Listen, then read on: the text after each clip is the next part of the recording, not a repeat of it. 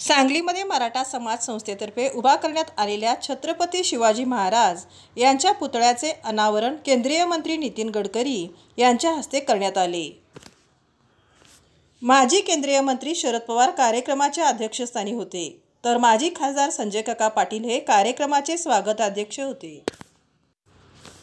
मराठा समाज संस्थेचा इतिहास मोठा आहे। छत्रपती शिवाजी महाराज आणि शाहू महाराजांच्या विचाराने वाटचाल सुरू आहे, असे सांगून माजी केंद्रीय मंत्री शरद पवार पुढे म्हणाले, शिवछत्रपती देशाचे आदर्श आहेत। हिंदवी स्वराज्य रयतेचे राज्य छत्रपती शिवाजी महाराजांनी निर्माण केले, असेही शरद पवार यावेळी म्हणाले। यावेळी खासदार विशाल पाटील, माजी मंत्री विश्वजित कदम, आमदार सुधीरदादा गाडगीळ, माजी मंत्री शिवाजीराव देशमुख, माजी आमदार विलासराव जगताप, भाजपाचे नेते सत्यजित देशमुख यांच्यासह विविध पक्ष संघटनांचे पदाधिकारी, कार्यकर्ते व माजी आमदार मोठ्या संख्येने उपस्थित होते।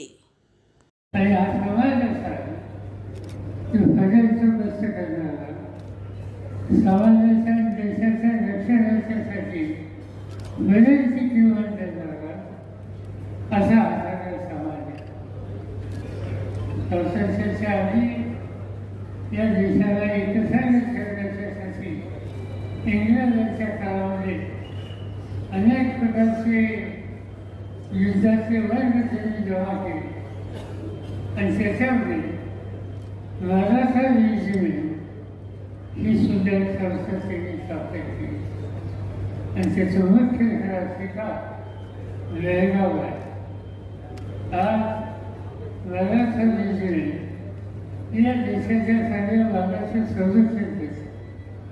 आपल्या देशामध्ये राजपूतांची रेजिमेंट आहे, पंजाबींची रेजिमेंट आहे, अन्य घटकांची रेजिमेंट आहे, पण देशाच्या सामान्य माणसाच्या अंतःकरणामध्ये ज्याचा अभिमान आहे अशाच्या यादीमध्ये मराठा रेजिमेंट याचं नाव फक्त झाले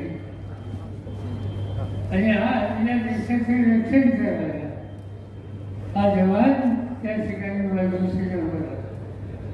मला आठवते या देशामध्ये सगळ्यात उंच ठिकाण हिमालयाचे पर्वत असतात, 20,000 फुटावर सवन बर्फाने आच्छादित आणि एक आम्ही देशाचं संरक्षण मंत्री असताना त्या ठिकाणी गेलो।